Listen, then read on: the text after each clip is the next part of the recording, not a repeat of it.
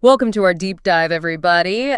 Today we're tackling adaptive leadership, and this e-learning course is a doozy. Yeah, it really dives right in, doesn't it? It really does. Yeah. This isn't just some fluffy leadership theory. We're talking about how to thrive in a world where technology is changing like everything. Yeah, it's no joke. I mean, every chapter is packed with insights, and we've even got reports from like the World Economic Forum, the WEF. Right. And McKinsey, too. I mean, we're really getting into the nitty-gritty here.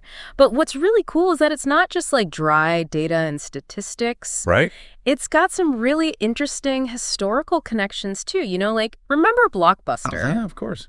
Everyone remembers Blockbuster. I mean, what happened there? Why did they go extinct while Netflix took over? It's a perfect example of what this course is all about. I think that's what makes this course so engaging. It connects those real-world examples like Blockbuster and Netflix to the broader trends shaping the future of work. Absolutely. And we're going to unpack all of that and more in this deep dive. So buckle up, listeners, because it's going to be a wild ride. Yeah. But seriously, though, by the end of this, you'll have a much better understanding of how to make sure your career isn't the next Blockbuster. That's the goal, right? To stay ahead of the curve and adapt to whatever the future throws our way. Exactly. So speaking of adapting, I was really struck by how this course connects the evolution of work with like a major historical shifts. It's like they use this IR map analogy to trace how the Industrial Revolutions changed the very definition of work. Oh, yeah. I love that part. Like those old stereotypes of white collar versus blue collar, they're becoming practically meaningless. Yeah, that's a really important point because the World Economic Forum, the WEF, they predict a huge decrease in routine-based jobs. Like the kind that can be automated. Exactly. Yeah. And that's a huge signal that we need to be prepared for a future where our current jobs might not even exist. Yeah, that's a bit unsettling, to be honest. I mean, it makes Bill Gates's quote even more relevant. You know the one, we overestimate the change in 2 years, underestimate the change in 10. Oh yeah, that's a classic. So how does this course equip us to handle all this rapid evolution? That's where the idea of an adaptability mindset comes in. Yeah. And it's more than just like dealing with change, you know? It's not just weathering the storm. Right. It's about learning to surf the waves of change. It emphasizes resilience, agility, and a commitment to continuous learning. And those aren't just buzzwords, right? This course actually provides practical steps to cultivate each of these. Absolutely. It gets into the nitty-gritty of what makes someone adaptable, and it's really insightful. Okay, I'm intrigued. But what I'm really curious about is how we move beyond just dealing with change. How do we actually use it to our advantage like Netflix did? That's where the specific skills come into play. Yeah. And this course it goes beyond the usual like problem solving and communication. They introduce this idea of foundational skills, which are like the bedrock of adaptability. Yep. But then they take it a step further with competencies. Like competencies. I'm not sure I fully grasp the distinction there. It's subtle but important. So foundational skills are about like knowing how to do something like problem solving or analyzing data. Competencies are about being able to apply those skills effectively in any situation. So it's like the difference between knowing how to use a hammer and actually being able to build a house. That's a great analogy. It's about being adaptable at your core. Okay, that makes sense. So what are some of these unexpected skills or competencies that the course dives into? Well, one that they highlight is experimentation. And it's not just about like being willing to try new things. Right. It's about actually having a structured approach to experimentation, embracing calculated risks, gathering data, and iterating based on what you learn. So it's not just about being open to new ideas, it's about having a process for testing and refining those ideas. That's interesting. What else is in this adaptability toolkit? Another one that's really important is emotional intelligence. And that's not just about being nice. Oh, I know, right? It's about understanding your own emotions and those of others, and using that awareness to navigate complex situations. And it's especially crucial in today's world where so much communication happens online, you know? Oh, absolutely. Like reading emotions through a screen is a skill in itself. Anything else that stands out? You know, they even emphasize the importance of persuasion. Really? Yeah, being able to articulate your vision, influence others, and build buy-in, it's essential for leading through change. That makes a lot of sense when you think about it, because change can be so unsettling for people. And if you can't persuade them to come along for the ride, it's going to be a bumpy road. Exactly. And this course gives you the tools to do just that. And it's fascinating how they build on this whole idea of foundational skills. You know, it's like, okay, you've got the basics now. Let's prepare you for the future. And that's where the future skills come in. Okay. I am all ears. Thinking about the future can be exciting and a little intimidating all at the same time. So what kind of skills are we talking about here? Are we all going to have to learn to code? Well, not necessarily. I mean, while technical skills are definitely important, this course takes a much broader view. Okay. It's about developing the cognitive flexibility and adaptability to thrive in a world where the only constant is change. So it's more about how we think and learn rather than just specific technical abilities. Exactly. And they really delve into areas like critical thinking, Okay. the ability to analyze information, question assumptions, form your own judgments. It's about not taking anything at face value, especially in the age of information overload. So instead of just absorbing information, we need to become more discerning, more analytical in how we process it. Right. I can see how that's crucial, especially with the rise of misinformation and, fake news, all that stuff. Oh, absolutely. Are there any other future skills that kind of stand out to you? One that really surprised me was the emphasis on interpersonal skills in the digital age. Because, we often think of technology as isolating. Yeah, for sure. But this course argues that strong interpersonal skills are even more critical in a digital world. That's kind of counterintuitive, isn't it? Why would interpersonal skills be more important in a digital world? Well, think about it. So much of our communication now happens through screens, right? Yeah. We're collaborating with people across time zones, cultures, even languages. Yeah. Being able to build relationships, communicate effectively, resolve conflicts virtually requires a whole new level of interpersonal savvy. Well, that's such a good point. It's not just about hitting send on an email. It's about building, understanding nonverbal cues, even in online interactions, navigating cultural nuances in a virtual setting. Exactly. The course even dives into specific tactics, like learning to recognize those nonverbal cues in online communication. Whoa, really? Okay, so how do you do that? Well, they talk about things like paying attention to response times, tone of voice in written communication, and even the choice of emojis. Oh yeah, the emojis. I never thought of it that way. These seemingly small details can actually reveal a lot about a person's emotional state and intentions. That's fascinating. I'm already starting to think about my own online interactions in a different light, It's like we need to develop a whole new set of digital body language skills. It really is. This is making me realize that future skills are as much about honing our human skills as they are about mastering technology. Precisely. And speaking of technology, this course doesn't shy away from the elephant in the room. Artificial intelligence. Oh, yeah, AI. That's a topic that's both exciting and a little bit daunting. Yeah. How does the course approach AI and its role in leadership? I think they take a really proactive approach. Instead of fearing AI as this job-stealing threat, they encourage us to embrace it as a tool for enhancing our leadership capabilities. Oh, okay, that's good. I think a lot of people do feel intimidated by AI because they don't fully understand it. Right. So does the course provide a foundation for understanding those concepts? It does. They start with the basics, demystifying AI concepts and explaining different types of AI like machine learning and natural language processing. Okay, that's a relief. But it goes beyond just the basics, right? Oh, yeah, definitely. They connect AI to practical applications for leaders. They highlight how AI can be used to enhance decision-making, personalized learning, and even combat bias in organizations. Whoa, wait, can you give a specific example of how AI can be used to combat bias? That seems especially relevant in today's world. Sure. One example they highlight is using AI in the hiring process. Yeah. AI algorithms can analyze resumes and identify qualified candidates without being influenced by human biases related to gender, race, or age. It's about using AI to create a more equitable and inclusive workplace. Wow, that's really powerful. So the course is essentially saying that AI can help us become more ethical and effective leaders. Exactly. It's not about replacing human leadership. It's about augmenting it with the power of AI. And, they even dedicate a whole section to AI-powered adaptability, arguing that AI can help us become more resilient, agile, and responsive to change. Okay, my mind is officially blown. AI-powered adaptability. I'm still trying to wrap my head around all of this. I know, right? It's a lot to take in. But one of the key takeaways from this section is that AI isn't something to fear. Right. It's a powerful tool that, when used ethically and strategically, can help us navigate the complexities of the future and lead more effectively. I'm starting to see how all of these pieces fit together, Yeah. We've got our foundational skills, our future skills, and now AI is this potential ally in our quest for adaptability. It feels like a lot to juggle. It is. And that's where the concept of continuous learning comes in. And this course doesn't just tell you to learn more.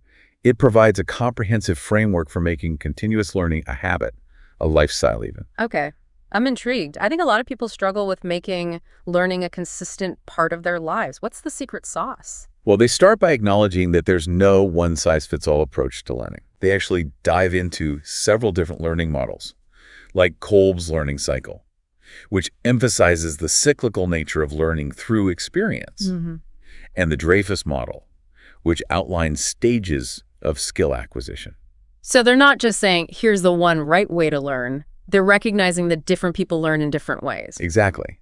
And they encourage you to reflect on your own learning experiences and identify your preferred learning style. Okay. This self-awareness is really the foundation for building a personalized learning plan. That makes sense. Yeah. But how do we go from knowing our learning style to actually making learning a consistent habit? Yeah, that's the million-dollar question, isn't it? Because I know I've been guilty of starting courses or reading books with good intentions, but then life gets in the way and I lose momentum. Oh, yeah. They address that head on. They provide practical strategies for incorporating learning into your daily routine. Okay, like what? Things like setting aside dedicated time for learning, even if it's just 15 minutes a day. Breaking down large learning goals into smaller, more manageable steps. Finding a learning buddy to keep you accountable. Those are great tips. It's about making learning less daunting and more integrated into our lives. Exactly. It's really about making it a part of your life, you know? It's about building that habit. But even with the best strategies, staying motivated can be a challenge. How does the course address that motivation piece? Well, one of the most insightful tips they offer is to connect your learning to your goals. Oh, okay. Like ask yourself, why am I learning this? How will this knowledge or skill help me achieve my personal or professional objectives? When you have that clear sense of purpose, it fuels your motivation. That's so true. It's much easier to stay committed when you see the direct link between your learning and your aspirations. Right. What other motivation boosters does the course suggest? Well, they also emphasize the importance of finding joy in the learning process itself. Oh yeah, that's huge. If you're constantly forcing yourself to learn things you find boring or irrelevant, Yeah. it's no wonder you lose motivation. So it's about finding topics and learning methods that genuinely resonate with you, Yeah, that spark your curiosity, make you want to learn more. exactly. And, they also encourage celebrating your successes no matter how small they may seem. Oh, that's a good point. Every time you achieve a learning goal, acknowledge your progress and give yourself credit. Those small wins help build momentum and keep you moving forward. It's like those little dopamine hits, right? Exactly. They keep you going. Yeah. That's a great reminder. It's easy to get so focused on the end goal that we forget to celebrate those milestones along the way.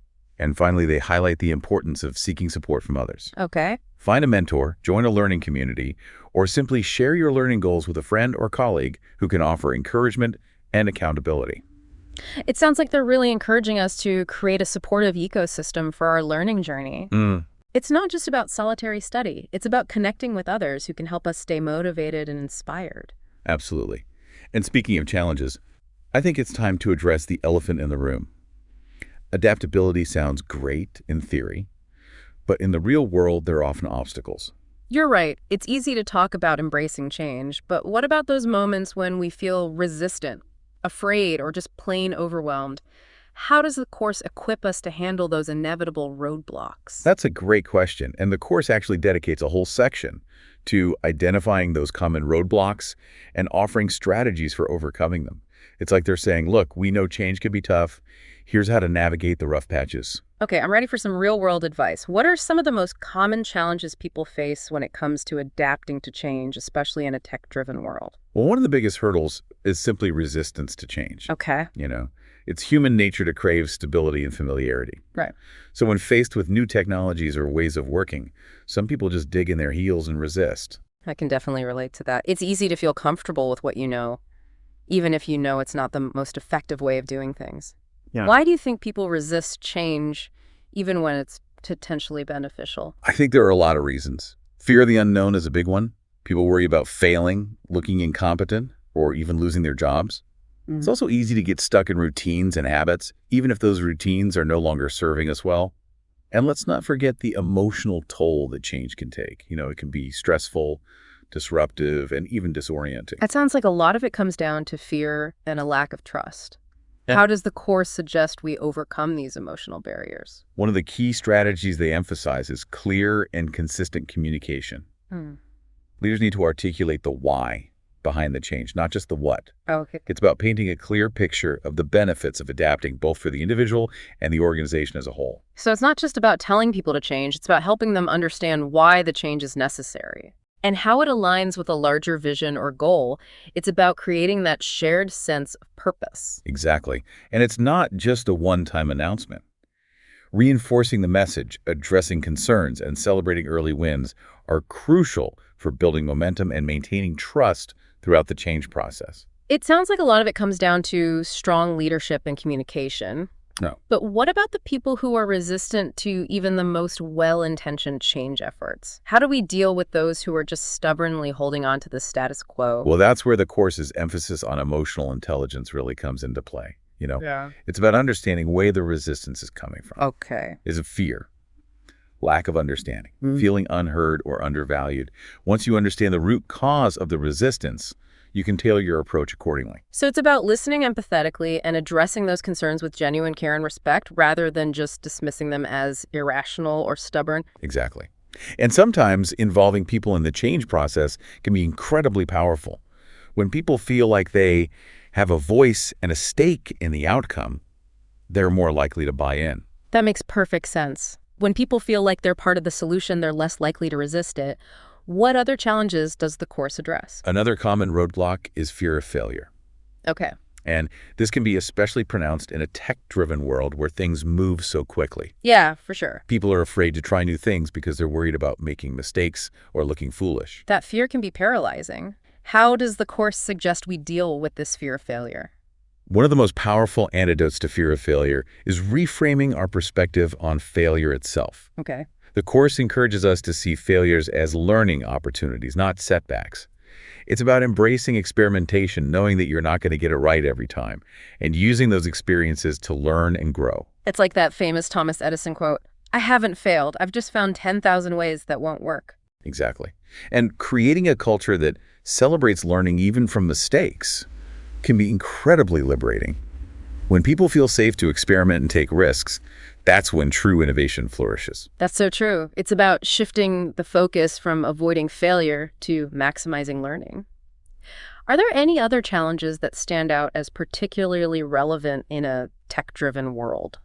Another one that's becoming increasingly common is difficulty adapting to new technologies. Okay. The pace of technological change is so rapid that it can feel overwhelming, even for the most tech-savvy individual. Oh, yeah, for sure. I feel that all the time. People can feel like they're constantly playing catch-up, Yeah. and that can lead to frustration, anxiety, even a sense of hopelessness. I think that's a really common experience these days. There's this constant pressure to stay ahead of the curve, but the curve keeps getting steeper. Right, so one of the key messages from the course is that it's okay to not know everything. No one can be an expert in every new technology that emerges. Right. Instead of trying to master everything, focus on developing a growth mindset and a willingness to learn. So it's about embracing the fact that learning is a continuous journey, not a destination. Exactly. And it's about being strategic in your learning.